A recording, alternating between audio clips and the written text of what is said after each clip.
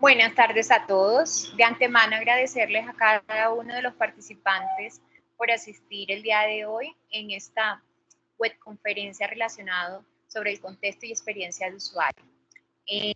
Bueno, el día de hoy tenemos a una persona invitada, ¿sí? ¿Por qué es invitada? Porque es externa a nuestra universidad. Es el doctor Gabriel Elías Chanchín. Él pertenece o está adscrito a la Facultad de Ingeniería, especialmente al programa de Ingeniería Sistema de la Universidad de Cartagena. Entonces, le agradecemos de antemano al ingeniero pues aceptar nuestra invitación. Es una persona experta en todo esto relacionado sobre usabilidad y accesibilidad. Pueden consultar su perfil en internet y bueno, de antemano nuevamente reiterarle nuestro agradecimiento por estar aquí y compartir todo su conocimiento a esta población que es la Universidad de Antioquia, especialmente al programa de Ingeniería de Sistemas. Entonces, Gabriel, te damos paso y nuevamente mil gracias.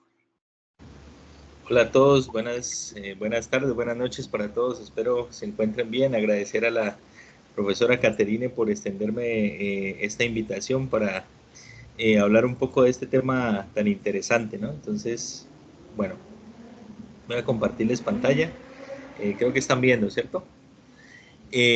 Bueno, primero pues, como ya lo decía la profesora Caterine, mi nombre es Gabriel Chanchi. Soy profesor de la Universidad de Cartagena y dentro de la universidad oriento pues una asignatura que se llama Interacción Humano-Computador. Dentro de esta asignatura, que es una electiva, pues hablamos un poco sobre todo este tema de la experiencia de usuario, ¿cierto? Y en específico sobre la usabilidad. Este tema pues es un tema amplio. Sí, entonces dentro de esta charla mi objetivo va a ser conversar con ustedes un poco sobre este tema desde la perspectiva del diseño y dejarles a ustedes una herramienta importante pues para la evaluación, ¿no? A nivel de la evaluación, porque entiendo que están haciendo un proceso iterativo dentro de la universidad, entonces sin duda que esto pues espero que les sirva, ¿no? Eso a modo pues de introducción. Entonces, pues, empecemos, ¿no? Entonces,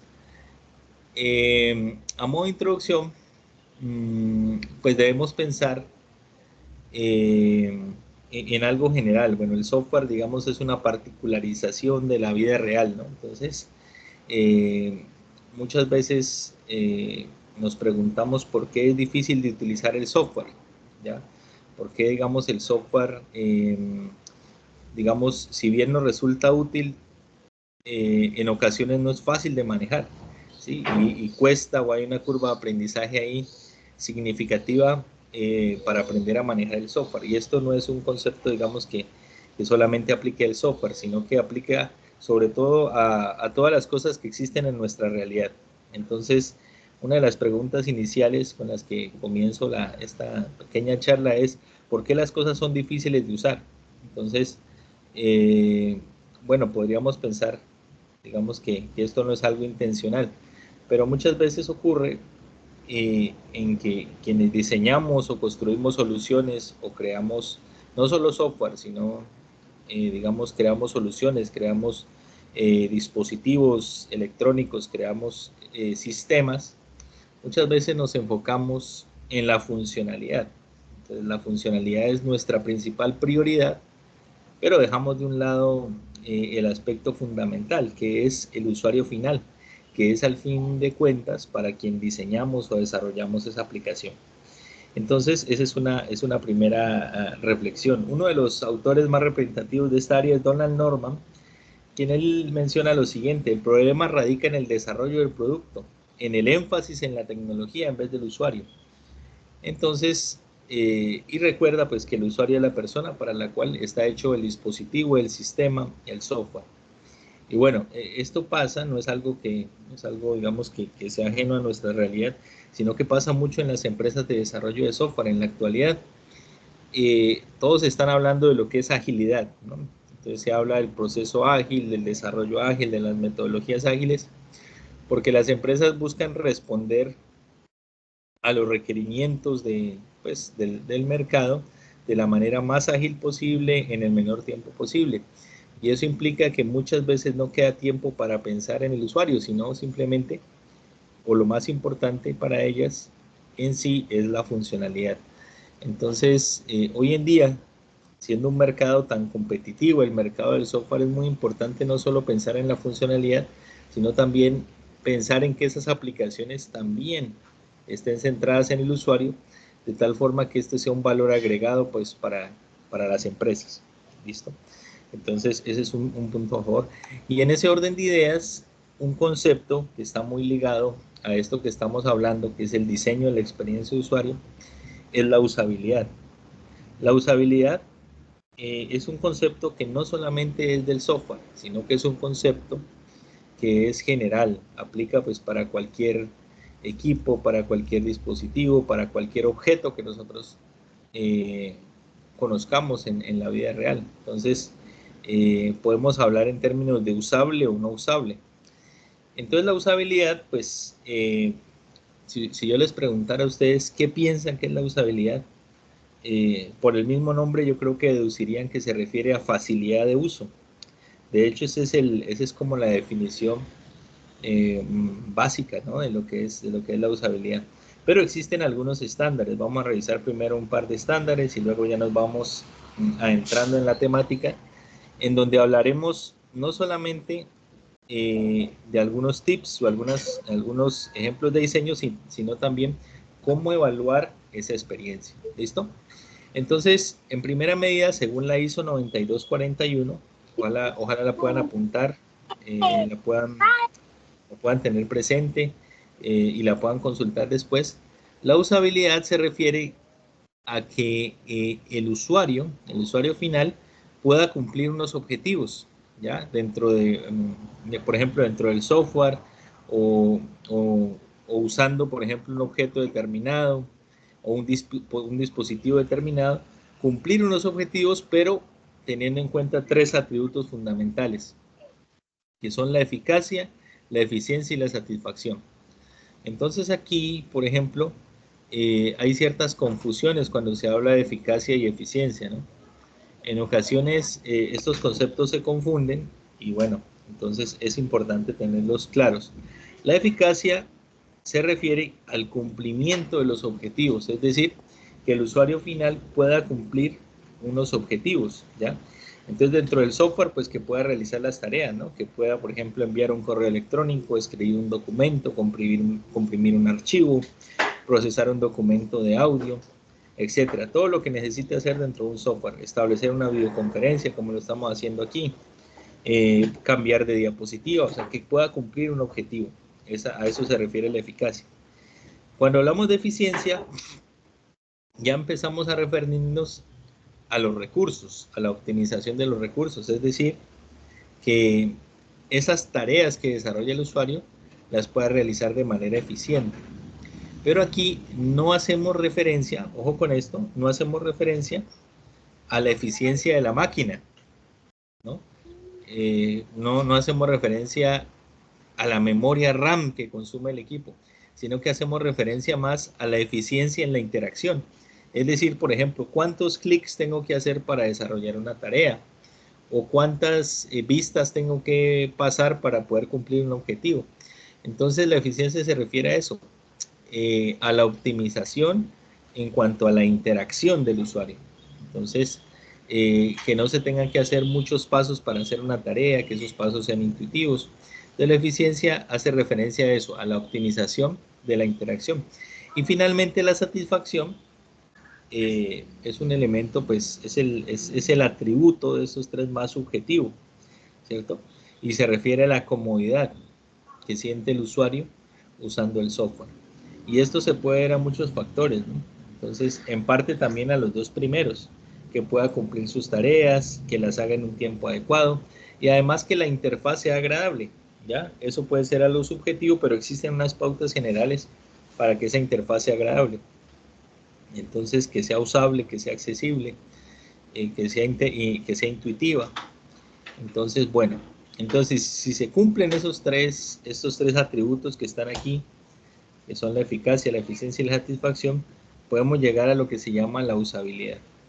pues muchas veces estos tres atributos no se cumplen en las aplicaciones. Hay aplicaciones que se enfocan en cumplir los objetivos, pero no se enfocan en que esos objetivos el usuario los pueda cumplir de una forma eficiente, es decir, en cuanto a número de clics, o que los pueda hacer en cuanto al tiempo que gastan o que emplean en hacer una tarea. O hay ocasiones en que se cumplen estos dos, pero la interfaz no es agradable, ¿ya? O la interfaz no es personalizable. Entonces, bueno, todas esas cuestiones deberían cumplirse para que exista la usabilidad, ¿cierto? Bueno, hay otros conceptos también, por ejemplo, la ISO 9126, que es un estándar también de calidad de software, define la usabilidad como la capacidad de un software para ser aprendido, comprendido, usado y ser atractivo. Entonces, aquí hay algunos elementos que encontramos en común con esta definición. Por ejemplo, si puede ser comprendido y aprendido, ¿ya? Eso quiere decir que puede ser comprendido y aprendido, pues que va a ser más eficiente para el usuario. Si puede ser usado, por ejemplo, que es lo que piden aquí, entonces le va a permitir al usuario pues ser eficaz, porque lo puede utilizar. Y digamos, y si resulta atractivo, hace referencia pues a que genera cierto confort en el usuario. Entonces, esta definición de la ISO 924111, que es la que ustedes ven acá, pues resulta ser una de las más difundidas, ¿no? a nivel de la usabilidad. Esta también es importante, pero bueno, les quise traer estas dos para que vean que existen diferentes definiciones, más allá de lo que conocemos como facilidad de uso, que es lo que se busca a nivel, si queremos garantizar una experiencia buena al usuario. Pues existen otras definiciones importantes de lo que es usabilidad. Por ejemplo, Jenny Priest dice que son sistemas fáciles de usar y de aprender. Esto en parte está de acuerdo con la eficacia y eficiencia. Por ejemplo, Nigel Bevan dice que facilidad de uso y la aceptabilidad de un sistema para una clase particular de usuarios que llevan a cabo tareas específicas. Muy parecida a la definición que tenemos en el estándar ISO 9241, que Senberi la define en términos de las 5 Es: efectividad, eficiencia, resultar atractivo, tener tolerancia a los errores y ser fácil de aprender. Hay mucha relación entonces pues con este concepto de la ISO 924111, ¿ya? Bien. Entonces, ahora la pregunta es, bueno, yo les decía que habíamos partido de una premisa, y es que muchas veces las empresas no se suelen enfocar en aspectos como la usabilidad, ¿cierto? Sino que se enfoca más, por ejemplo, en la eficacia, por ejemplo, se enfoca más en la eficiencia, pero a nivel de los recursos computacionales, se enfoca más en la funcionalidad, se enfocan más en otros atributos. Entonces, es por esa razón que se han venido creando unos paradigmas, que es importante, pues, que yo espero que con esta charla ustedes de alguna forma también ayudan a rebatir esos paradigmas, ¿cierto? Entonces, por ejemplo, el primero que vemos aquí dice: los usuarios no necesitan mejores interfaces, sino un mejor entrenamiento. Entonces, con la usabilidad lo que se busca precisamente es reducir esta necesidad de entrenamiento que tienen los usuarios, porque la idea es crear sistemas que sean más intuitivos para el usuario final. Entonces, si creo sistemas que son más intuitivos, pues esos sistemas a la larga van a requerir un menor entrenamiento para el usuario, porque van a resultar más intuitivos. Hay otra parte que dice que la usabilidad no es subjetiva, no se puede medir. Entonces, en el área de calidad de software existen unas métricas, y esas métricas permiten, perdón, evaluar la eficacia, la eficiencia y la satisfacción. Entonces, ¿cómo me doy cuenta que un sistema es eficaz, por ejemplo, para el usuario? Porque el usuario pudo desarrollar, por ejemplo, todas las tareas, un conjunto de tareas en un tiempo determinado. ¿Cómo me doy cuenta de la eficiencia? Por el tiempo. ¿Cuánto tiempo empleó el usuario resolviendo una tarea? ¿Cómo me doy cuenta que el sistema genera satisfacción en el usuario? Mediante una encuesta de satisfacción. Entonces, digamos que existen un conjunto de métricas que permiten rebatir esta idea. En tercera medida tenemos el diseño de la interfaz, no está, está implícito en el diseño del software, no debe planificarse expresamente. Muchas veces los arquitectos o los desarrolladores dicen estas cuestiones, ¿no? O sea, bueno, eso debería estar en el diseño del software. Lo que pasa es que el diseño del software muchas veces se enfoca en la arquitectura, el diseño de la arquitectura. Pero esa arquitectura es la arquitectura del sistema, cómo se comunican las diferentes capas, pero no se aborda, por ejemplo, el tema de arquitectura de la información, que es lo que estamos mirando, cómo debería ser diseñada una interfaz para que esa interfaz sea usable. Luego también hay otro paradigma en donde, digamos que se le dice al diseñador que él es el responsable, pues o que tiene la responsabilidad de, digamos, de incluir en el diseño la usabilidad. Entonces, eso no es del todo cierto. En las empresas más competitivas se están creando grupos multidisciplinarios y todos esos grupos tienen un conocimiento del área de UX. Esto con el fin, pues, de que tanto el desarrollador como el arquitecto como el analista conozcan algo de usabilidad y en las diferentes fases logren incluir estos elementos para así mejorar la calidad del software y que este diseño se vuelva transversal, ¿ya? Claro que incorporarlo pues no es fácil, ¿no? Otro paradigma dice que en el diseño de la interfaz no es necesario llegar hasta el diseño detallado. Y hoy en día nos encontramos con muchísimas herramientas de maquetado o herramientas tipo mockups que nos permiten hacer estos diseños, ¿no? Entonces, hay una que se utiliza mucho hoy en día, que es la Figma, por ejemplo, Figma. Hace mucho tiempo utilizaba Balsamiq, Adobe XD y muchas herramientas más que se han venido desarrollando para que se creen esos prototipos, que son muy buenos. ¿Por qué? Porque permiten crear esas interfaces en fases tempranas y al evaluarlas, pues se evita, por ejemplo, costos o se ahorra tiempo, ¿no? Ahorra tiempo al desarrollador, porque ya al desarrollador le llegará una interfaz que está más refinada que si la desarrolla y luego la evalúa. Pues eso es algo muy, muy interesante. Y finalmente un paradigma que dice la usabilidad aumenta los costos de desarrollo. Entonces, por supuesto que incluir la usabilidad tendrá un costo en las empresas, ¿no? O incluir, por ejemplo, un equipo de UX representa un costo adicional en esas empresas, ¿ya? Pero, por ejemplo, esto ahorra también unos costos de mantenimiento y ahorra también unos costos, por ejemplo, de soporte y unos costos, por ejemplo, en capacitaciones y demás. Entonces, el tener un software que sea usable es una ganancia para la empresa y ahorra costos. Bien, entonces, ¿cuáles serían las ventajas de la usabilidad? Sobre todo, ya que hemos estado hablando de la definición, hemos estado hablando de la facilidad de uso, hemos estado hablando de que esta usabilidad lo que busca es que las cosas, los productos, el software sea fácil de utilizar, que le permita al usuario ser eficaz, ser eficiente y tener satisfacción. Entonces podemos hablar de algunas ventajas de la usabilidad. Aquí aparecen varias, pero yo me voy a centrar en dos, ¿ya? Una de la que está resaltada ahí, en rojo, y es que, sin duda, si usted es un usuario de un software que es usable, esto le va a permitir a usted ser más productivo, es decir, emplear bien su tiempo, porque se va a enfocar en desarrollar sus tareas y no en aprender cómo funciona el software. Esa es una de las primeras ventajas. Y la segunda ventaja, por ejemplo, es para las empresas, porque, porque tener una aplicación usable, además de que la aplicación funcione, es un valor agregado, le permite ser más competitiva. Entonces es posible que el usuario, si tiene dos opciones, se vaya a decantar más por aquella opción que, además de cumplir con la funcionalidad, le permita ser más productivo, le permita desarrollar sus tareas más rápidas, le permita desarrollar sus tareas de forma intuitiva. Esto partiendo del hecho de que la funcionalidad está bien, ¿ya? Porque podría ser también un castillo de naipes, ¿no? Tener una buena interfaz, pero que el diseño de ahí para abajo no sea bueno.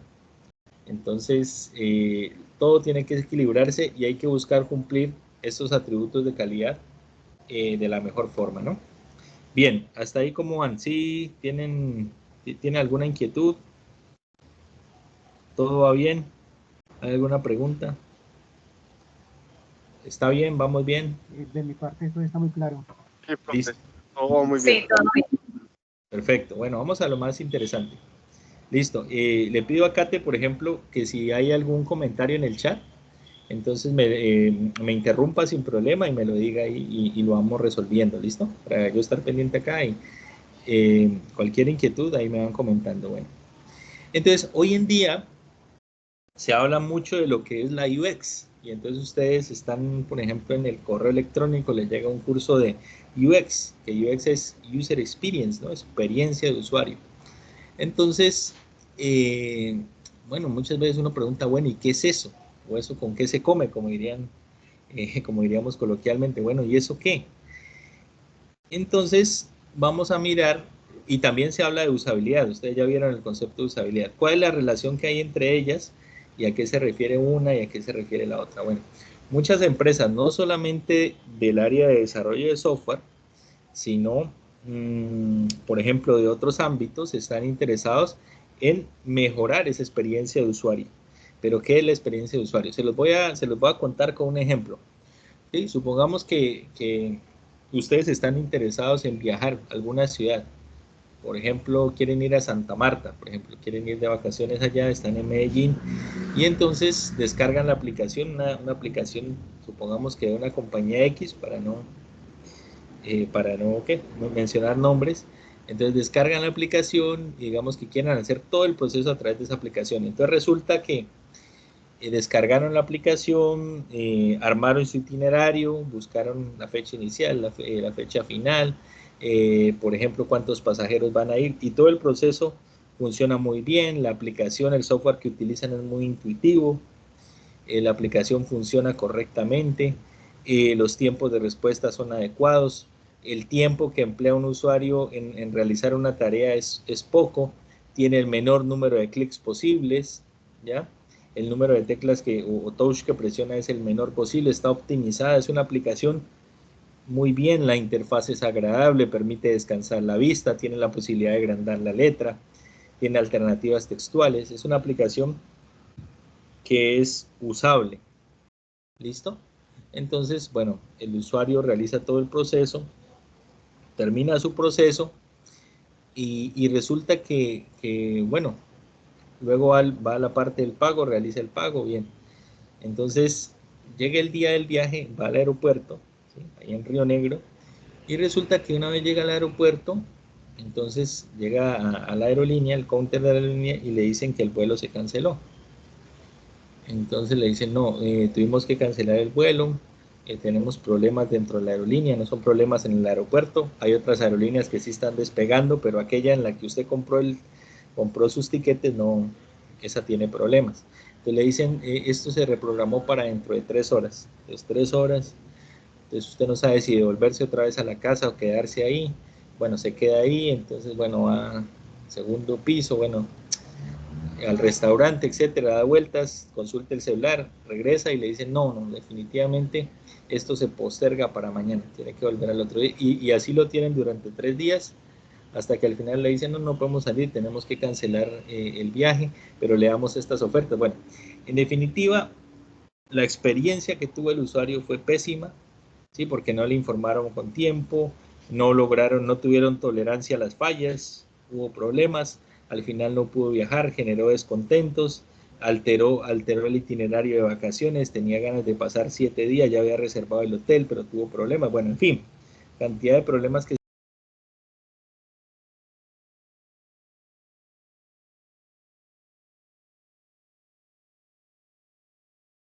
El profe se muteó, ¿cierto? No se le escucha. ¿No se escucha, Gabriel? Hola, ¿ahí me escuchan? Ahora sí, ahora sí, ahora sí. ¿Hasta dónde me escucharon? ¿Hasta dónde me escucharon? Hasta donde la experiencia del usuario en Río Negro había sido fatal. Bueno, Había listo. llegado. Muy bien, Kate, perfecto, sí están aquí. Listo, entonces fue fatal y entonces la pregunta sería, bueno, entonces, ¿Cuál es la relación entre usabilidad y experiencia de usuario?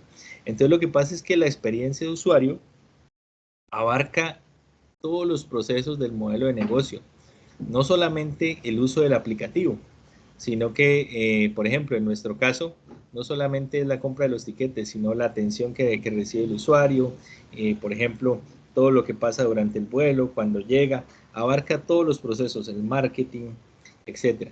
Entonces la usabilidad es solamente uno de esos eslabones, Entonces garantizar la usabilidad no es una garantía completa de la experiencia de usuario. Sin embargo, quienes trabajamos en esta área, en el área del desarrollo, en el área de la ingeniería de software, etcétera, podemos aportar un granito de arena a la experiencia de usuario desde la usabilidad, que es lo que nosotros sabemos hacer. Entonces, ayudando, digamos, en cuanto a construir aplicaciones que sean usables, contribuimos en cierta manera a la experiencia de usuario, pero para que todo funcione también, la empresa que ofrece los servicios debe permitir que el usuario tenga una buena experiencia. Entonces, uno de los eslabones es la usabilidad, ven aquí. Entonces, la atención al cliente, el marketing, la información, la accesibilidad, todos esos son aspectos importantes. Entonces, nosotros podemos aportar desde aquí y desde acá. ¿Listo? Entonces, ahí está la diferencia entre la usabilidad y la experiencia de usuario. Entonces, podríamos decir también, o hacer otra acotación aquí si lo permitimos. La usabilidad resulta ser la experiencia de usuario, pues, desde el punto de vista del desarrollo de software. ¿Ya? Y bueno, entonces la pregunta que hacen siempre las personas que trabajan en esta área es, bueno, todo esto es muy bonito, qué bien garantizar la productividad del usuario, excelente que las aplicaciones sean usables, pero ¿cómo? O sea, indíqueme cómo, ¿listo? Entonces, pues bueno, en una hora de pronto no lo podríamos hacer, pero vamos a intentar darles algunas pautas fundamentales para que se puedan diseñar aplicaciones que sean usables, ¿listo? Que es nuestro foco, porque diseñando aplicaciones que sean usables contribuimos a fortalecer la experiencia de usuario, ¿listo? De una empresa, de un portal web, de un aplicativo, pero recuerden que adicionalmente tienen que sincronizarse otros factores que son muy importantes. Entonces, en este orden de ideas, hay un señor que se llama Jakob Nielsen. Este señor es de Estados Unidos, él tiene allá una empresa también en donde trabaja en el diseño de la experiencia de usuario y demás desde el punto de vista del software. Y este señor es un referente en el área, tan es así que es considerado el padre de la usabilidad.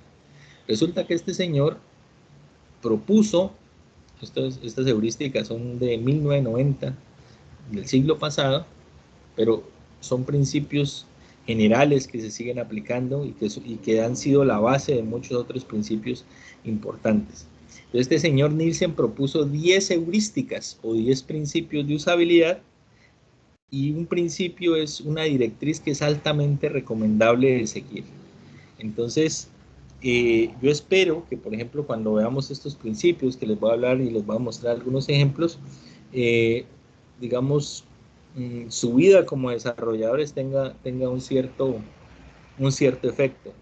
Es decir, que tengan una retroalimentación y que sean unos desarrolladores diferentes, teniendo en cuenta que esto es un valor agregado y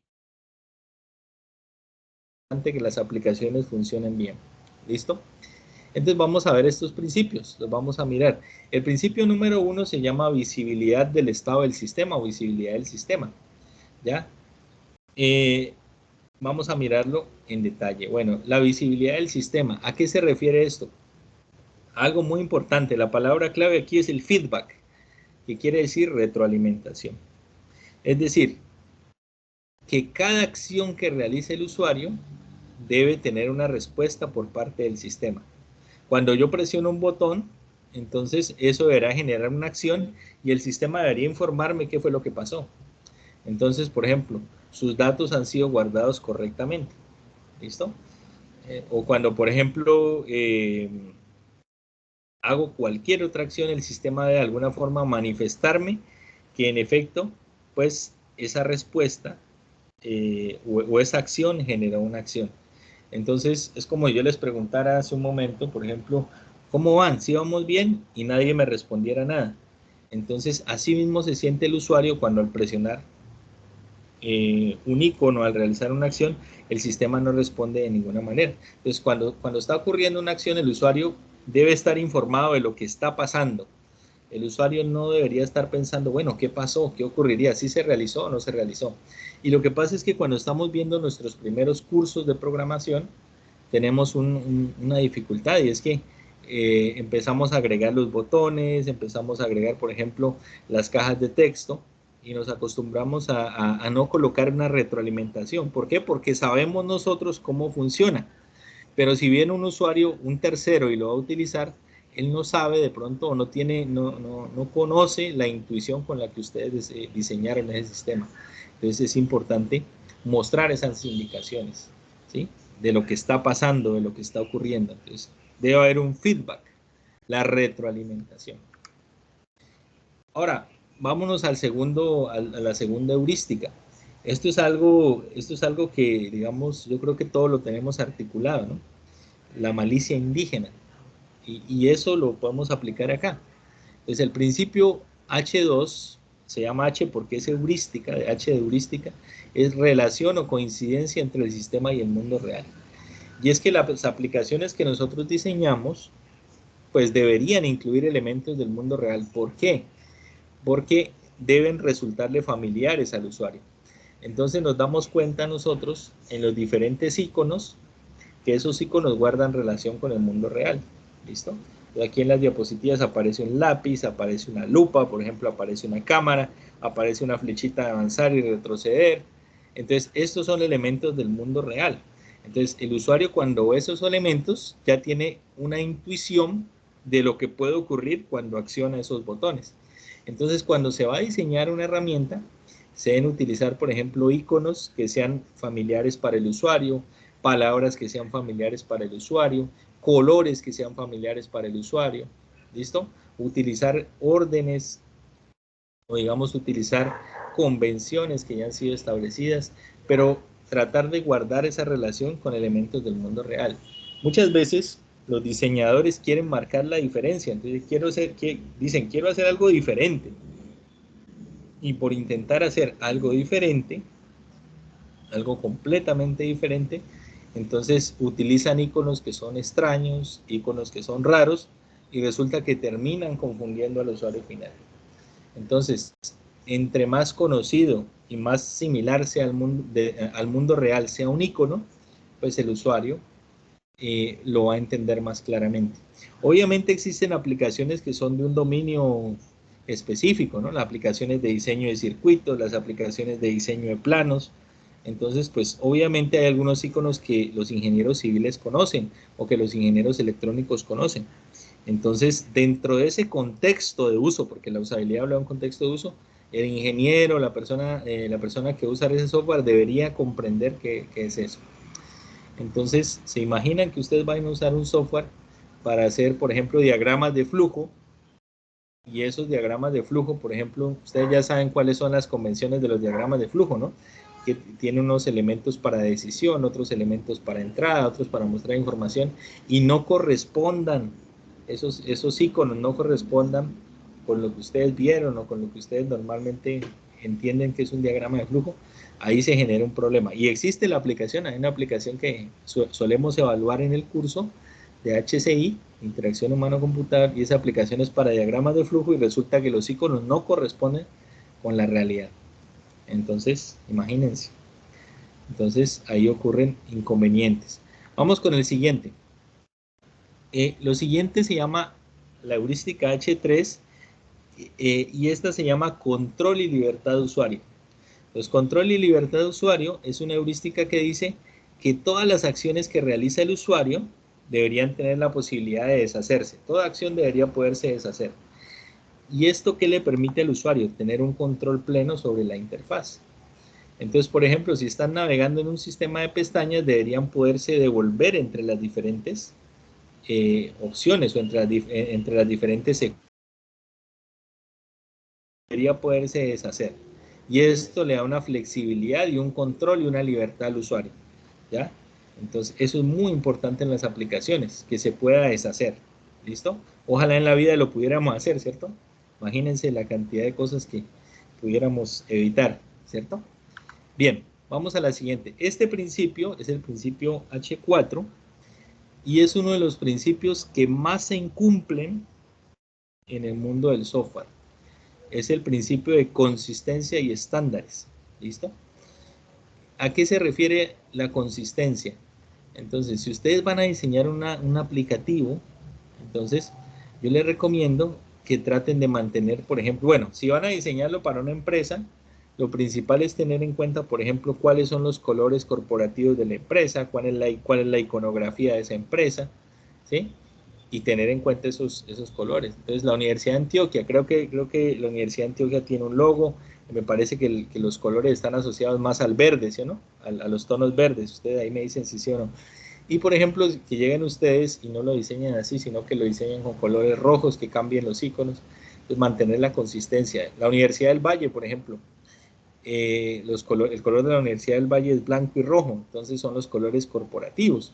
Si ustedes van y diseñan, por ejemplo, con colores azules, entonces se pierde. Los colores de la Universidad de Cartagena son amarillo, negro y blanco. Entonces, si van a diseñar, por ejemplo, un portal web o un aplicativo, entonces deberían mantener eso en las diferentes vistas, mantener esa consistencia, mantener también las mismas fuentes, los mismos tipos de fuentes, los mismos iconos, la misma disposición de los elementos en las diferentes vistas, ¿ya? Entonces, eso ayuda para que el usuario se sienta orientado, dónde se encuentra y qué va a hacer dentro de las diferentes opciones. Y adicionalmente, no solamente hace referencia a mantener las vistas, los colores, las fuentes, sino también seguir los estándares. Qué importante seguir los estándares. Entonces, ¿qué es seguir los estándares? Pues hacer las cosas como lo hacen los mejores. ¿Listo? Entonces, supongamos que ustedes quieren diseñar un aplicativo ¿para qué? Para edición de imágenes. Entonces, es una muy buena idea tener en cuenta, por ejemplo, aplicativos como Photoshop. Entonces voy a mirar primero cómo funciona Photoshop, cómo estructura Photoshop los diferentes menús, cuáles son los iconos convencionales que utiliza. Entonces, si ustedes no miran eso, entonces, pues digamos, quieren marcar una diferencia, pero resulta que hay usuarios que ya están acostumbrados a esos estándares. Entonces, si ustedes quieren capitalizar esos usuarios o que esos usuarios también utilicen su herramienta, entonces ya entran perdiendo. Es importante seguir los estándares a nivel de los iconos, de los colores y mantener esa consistencia. ¿Listo? Entonces, es muy importante este principio. Es uno de los principios que más se incumplen junto con el H2, que es relación entre el sistema y el mundo real. ¿Vale? Bien, seguimos. Vamos con prevención de errores. No necesito explicarlo, es un principio muy sencillo. Es tratar de anticiparse a los posibles errores que pueda cometer el usuario. Ejemplo, si están desarrollando un portal web y con un formulario, entonces es importante indicarle al usuario, por ejemplo, con asteriscos rojos, cuáles son los campos obligatorios.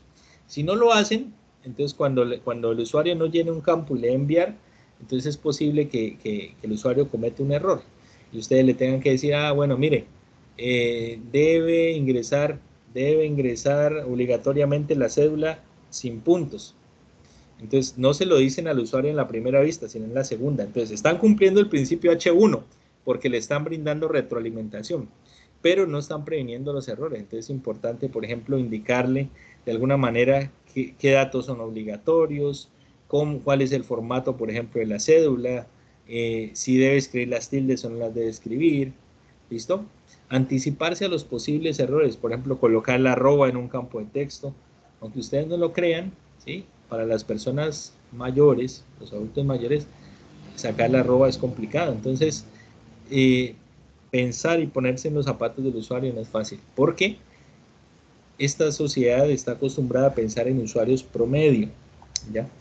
Entonces hay que pensar también en otros usuarios y tratar de anticiparse esos posibles errores. Ese otro principio, ¿sí?, se llama minimizar la carga de memoria. ¿Listo? O en otras partes lo van a encontrar con una frase que me gusta mucho. Profe, si le gusta mucho, ¿por qué no la colocó? Bueno, la he olvidado colocar, pero es reconocer antes que recordar. ¿Listo? Eso es muy, muy chévere. Entonces, hay que buscar que el usuario final trate de reconocer esos iconos, ¿sí? Reconocer la interfaz antes que memorizarla. ¿Listo? Entonces, una buena práctica, por ejemplo, para cumplir con este principio es diseñar, por ejemplo, los portales web siguiendo la ruta de miga de pan. Con esto el usuario no tendrá que recordar información de una vista a la otra, sino que va a saber dónde se encuentra. Lo mismo, cuando vamos a diseñar un aplicativo, las principales funciones deberían estar disponibles, ¿sí? A la mano deberían estar esas principales opciones. Entonces, reconocer antes que recordar implica hacer todo lo posible para que el usuario no tenga que memorizar información de una vista a la otra. ¿Y cómo hago eso? Pues como les digo, colocar las principales opciones en la parte principal de la interfaz. Diseñar, por ejemplo, indicándole dónde se encuentra el usuario. ¿Listo? Todas esas son pautas importantes a tener en cuenta en este diseño. Luego, vamos a otro principio que se llama flexibilidad y eficacia de uso. ¿A qué se refiere este principio de flexibilidad y eficacia de uso? Bien, hace referencia a pensar en diferentes perfiles de usuario, tanto en los usuarios nuevos requieren, por ejemplo, asistencia, quieren que la aplicación sea lo más intuitiva posible, y los usuarios expertos que quieren hacer las cosas más rápido. Entonces, por ejemplo, ¿cómo se podría brindar esto en una aplicación de escritorio? A través de los atajos.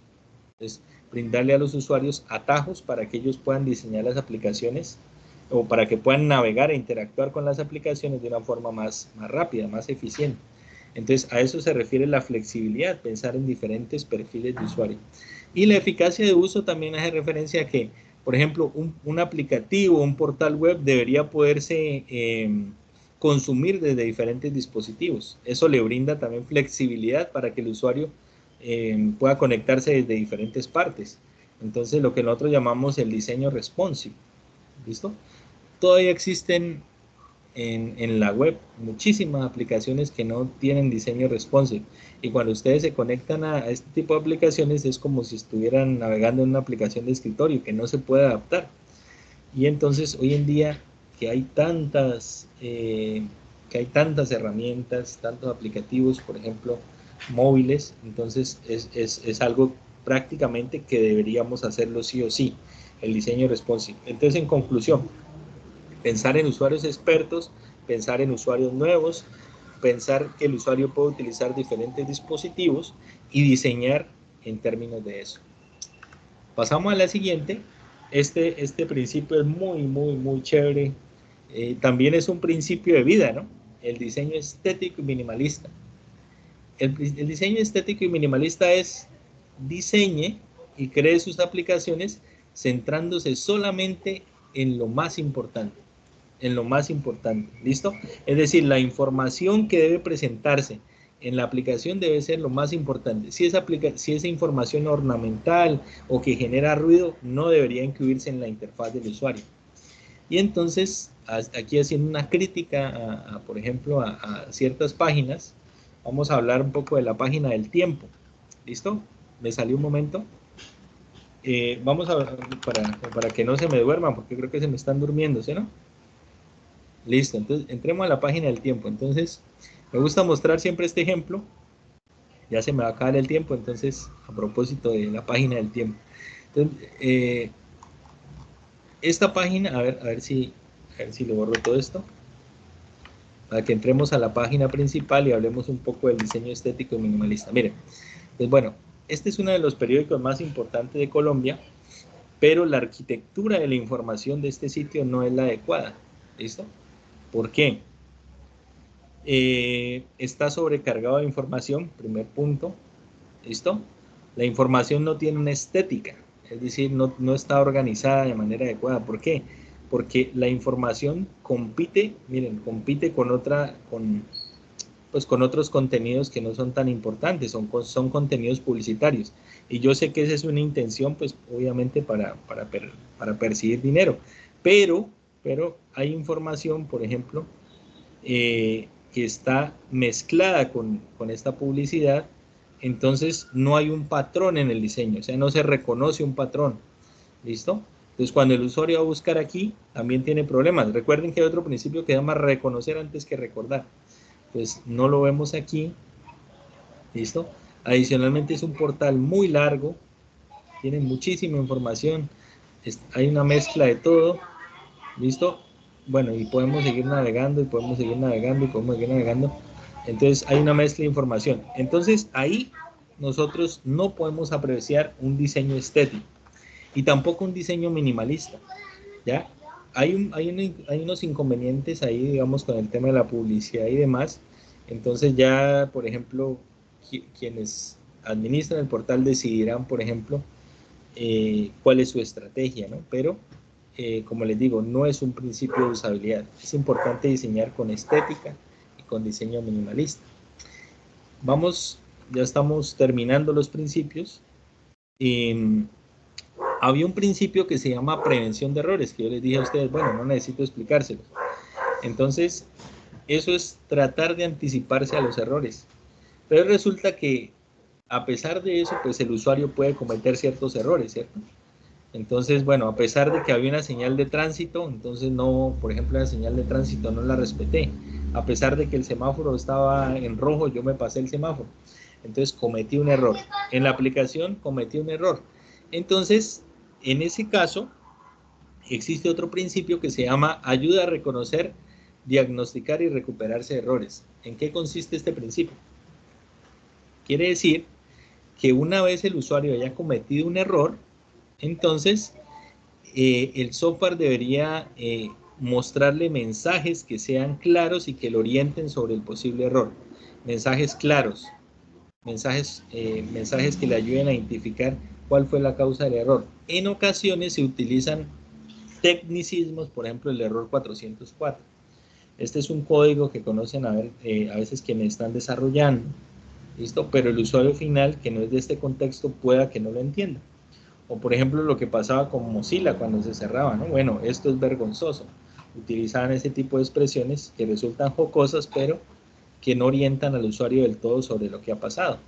O por ejemplo, algunos memes que en algún momento miré que, por ejemplo, el usuario cometió un error y la retroalimentación que se le brindaba es un insulto al usuario, ¿no? Para no decirlo acá, si no me saca Caterina de la charla.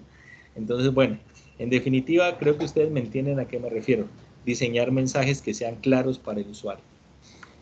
Y finalmente, ya para terminar, los principios, pues tenemos el principio que se llama ayuda y documentación. La ayuda es muy importante en las aplicaciones, ¿sí? Porque esa ayuda pues le permite al usuario orientarse en caso de que tenga alguna duda. Entonces lo que dice este principio es que las aplicaciones deberían tener una ayuda y una documentación, de tal forma que el usuario pueda consultar. Entonces hoy en día lo que está pasando es que algunas aplicaciones no incluyen la ayuda dentro del mismo portal, sino que lo mandan a una web. Eso sería un problema de accesibilidad. Hay sitios donde no se tiene, hay lugares donde no se tiene acceso a internet. Y hay veces también que la ayuda es muy densa, ¿sí? Entonces la idea sería que esa ayuda fuera concreta, que le ayudara en definitiva al usuario sobre lo que está pasando. Hace muchos años, bueno, de pronto ustedes no alcanzaron a verlo, pero existía este clip, por ejemplo, que salía en las versiones iniciales de Word. Cuando ustedes están escribiendo un mensaje, salía este clip y decían que puedo ayudarlo. Hoy en día, digamos que esto se podría retomar con la ayuda de las herramientas de inteligencia artificial, ¿cierto? Que les ayuden a ustedes a optimizar ese trabajo, que les ayuden a desarrollar, por ejemplo, o a escribir un documento, o a desarrollar una tarea de una forma más fácil. De hecho, está Copiloto, por ejemplo, Copilot, por ejemplo, o también ya se está articulando las herramientas de inteligencia artificial dentro de, por ejemplo, estos paquetes informáticos. ¿Listo? Bien, entonces esos son los 10 principios de Nielsen. Entonces, estos principios que yo les estoy comentando aquí, la idea es que ustedes ojalá los pudieran interiorizar, los puedan trabajar bien, ¿listo? Y una vez los interioricen, yo creo que ustedes podrán diseñar aplicaciones que estén más centradas en el usuario y podrán contribuir a la experiencia del usuario. Entonces, recordemos, voy a pasar aquí un recorderis rápido de estos principios, ¿listo? Visibilidad del sistema, feedback. Es decir, no dejar pensando al usuario sobre lo que ha ocurrido. Conciencia entre el sistema y el mundo real.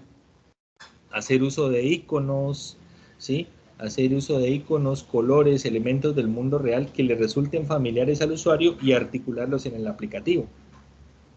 Control y libertad de usuario, la posibilidad de deshacer ciertas acciones, eso le brinda flexibilidad al usuario. Consistencia y estándares, utilizar los mismos colores, las mismas fuentes, la misma disposición de los elementos en las diferentes interfaces y seguir los estándares. ¿Cómo lo hacen los mejores? ¿Sí? Tengan en cuenta eso. Por ahí hay un eslogan, ¿no? Nadie lo hace como Frisbee lo hace, ¿cierto? Entonces, bueno, si yo quiero montar un negocio, entonces debería poder aprender un negocio, un asadero de pollos, etc. Debería aprender de ellos. En el mundo del software voy a mirar quiénes son los mejores y también a partir de eso tengo en cuenta esos estándares que se tienen en el mercado. 5. Prevención de errores. Anticiparse ante los posibles errores que pueda cometer el usuario. 6. Reconocer antes que recordar. Evitar que el usuario tenga que recordar información de una vista a la otra. 7. Flexibilidad y eficacia de uso. Pensar en el nuevo, pero también en el experto. Adaptarse a diferentes perfiles de trabajo. ¿Listo? 8. Diseño estético y minimalista. Acuérdense de la página del tiempo. Diseñar siguiendo una estética. ¿Qué quiere decir? Que sea un diseño reconocible. ¿Listo? Y minimalista. Tratar de que la información más importante sea la que se presente ahí. ¿Listo? 9. Bueno, una cosa. En usabilidad, recuerden que menos es más. ¿Ya? 9. Cuando el usuario comete un error, tratar de llevarlo, guiarlo y orientarlo sobre a qué se debió el error y qué debería hacer para volver a una situación normal. Por ejemplo, en caso de que se haya olvidado a pesar de que usted le colocaron asteriscos, se olvidó de diligenciar un campo en un formulario, entonces el campo tal se encuentra incompleto, a favor llenarlo, o bueno, utilizando el lenguaje convencional. Entonces, eso también ayuda a la usabilidad. Y finalmente, incluir documentación dentro de las aplicaciones de escritorio. Y se me olvidaba, en el caso de las aplicaciones web, enfocarse en las preguntas frecuentes. Las preguntas frecuentes ayudan en la página de Linio, por ejemplo, es una de las aplicaciones que más vende, por ejemplo, en el mundo del comercio electrónico. Ellos tienen una sección de preguntas frecuentes y en esas preguntas frecuentes dice, bueno, ¿cómo comprar? ¿Cómo devolver? ¿Listo? ¿Qué pasa si ocurre tal cosa? ¿Qué pasa si ocurre tal otra? ¿Cómo hago para comprar? ¿Qué tarjetas, qué medios de pago puedo? Entonces, eso ayuda para que el usuario entienda no solo el negocio, sino el funcionamiento del aplicativo. Estimados, son las 7 de la noche y Caterine pues me pidió que respetara unos tiempos. Estoy atento pues a las inquietudes que ustedes tengan. Espero pues que este abrebocas les pueda servir a ustedes. Y también espero que no solamente se queden con los principios de Nielsen, sino que miren que en el mundo de la academia se han ido generando otros principios de usabilidad para otros contextos. Por ejemplo, para los videojuegos existen, si ustedes están interesados en el desarrollo de videojuegos, hay otros, por ejemplo, hay otras heurísticas para videojuegos. Se las voy a mostrar aquí brevemente para que miren que el aporte de Nielsen, ¿listo? Entonces, me tomo un minutico nada más. Entonces vamos a buscarle aquí. Se llaman las heurísticas de Pinel. Entonces, si no sabían que existía este mundo de las heurísticas, hoy han descubierto un nuevo mundo y un nuevo campo de investigación, ¿ya? ¿Por qué? Porque muchas veces nos enfocamos en la funcionalidad. Ese es el objetivo de la charla. No tratar de que mañana se tatúen, por ejemplo, el logo de la usabilidad, ¿no? En el brazo, que es la tetera sino que miren otros campos. Entonces aquí están, por ejemplo, este artículo. Ahora se los envío por el chat para que lo lean. Es interesante este artículo. Este artículo propone 10 heurísticas para videojuegos. Entonces, estas heurísticas están inspiradas también en lo de Nielsen, ¿no? Entonces, proveer respuesta consistente a las acciones de los usuarios, ¿ya? Entonces, esto tiene que ver también, pues, con relación entre el sistema y el mundo real. Cuando un usuario va a accionar las diferentes comandos del videojuego, pues subir, que el muñequito suba, bajar, que baje. Por ejemplo, permitir personalizar las opciones de video, audio y velocidad del juego. Esto se refiere a flexibilidad y eficacia de uso, ¿se acuerdan? Adaptarse a diferentes perfiles. Proveer respuestas predecibles a las unidades controladas. Estos son los elementos de inteligencia artificial que respondan a esa realidad de manera adecuada. O sea, que los muñequitos no se van a salir del camino de manera automática y sin que haya sido programado. Vista sin obstrucción. Esto es evitar, por ejemplo, esto es con respecto a la cámara, que la cámara siga los movimientos del jugador. Por ejemplo, permitir evitar contenido frecuente y no reproducible. Estos son los videos que aparecen al inicio del juego que se puedan evitar, por ejemplo, o la publicidad. El 6, proveer entradas intuitivas. Esto es, por ejemplo, los comandos que sean intuitivos y personalizables. 7, proveer controles que tengan una respuesta rápida, un tiempo de respuesta rápido y una sensibilidad adecuada. 8, proveer un estado del juego. Esto es una barra del juego donde tenga la vida, las armas, el número de ítems que ha obtenido. Esto ayuda, por ejemplo, a minimizar la carga de memoria, por ejemplo. El 9, proveer entrenamiento y ayuda. Esto hace referencia al principio de Nielsen. Y 10, representaciones visuales que sean fáciles de interpretar. O sea, que los iconos, los elementos del juego los entienda rápidamente el jugador. Esto es relación entre el sistema y el mundo real. Entonces, las heurísticas de Nielsen son un apoyo importantísimo en el diseño. Si ustedes quieren profundizar en el diseño de un tipo específico de aplicaciones, es cuestión de que se remitan a los principios de Nielsen y luego busquen otros principios específicos. Pero esto sin duda les ayudará a crear aplicaciones que estén más enfocadas en el usuario, partiendo de la idea de que la funcionalidad pues va a estar ahí. ¿Listo? No les cuento más porque creo que yo los aburrí con tanta cháchara, ¿cierto? Bueno. No, muy interesante, profe, muchas gracias. Bien. ¿Tienen alguna inquietud? No sé si tenemos tiempo, Kate. Bueno, jóvenes, si tienen alguna pregunta.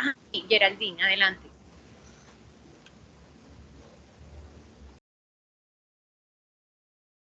Adelante, Geraldine, escucho. O si pueden escribir por el chat, los leo si tienen alguna inquietud, si quieren conocer más sobre el tema.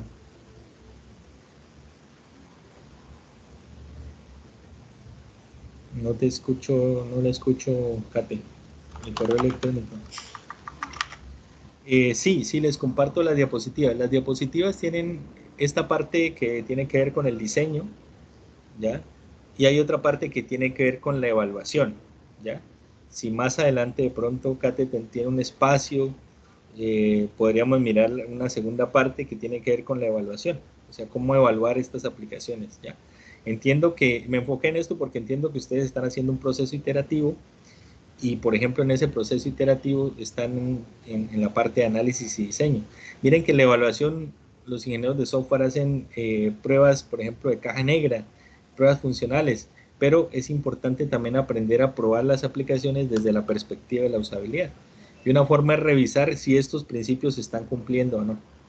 Entonces, ya como vieron algunos principios, algo que pasa con estas clases es que después los estudiantes apenas empiezan a usar software de diferentes contextos, empiezan a decirme, profe, mire, falló en esta aplicación, falla el principio H1, en esta falla el H2, por aquí me los encuentro y me dicen eso. Bueno, pero es como que se vuelven más conscientes de las fallas, y eso es lo que yo creo que si ustedes son conscientes de eso, hemos ganado con esta charla y no hemos perdido el tiempo, que la idea es esa, ¿no? ¿Listo?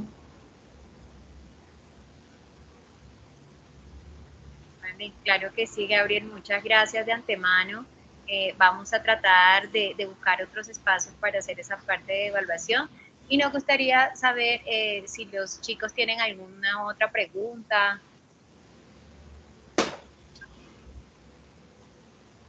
De antemano agradecerte y apenas puedas nos comparte la presentación para hacérsela llegar a cada uno de los muchachos.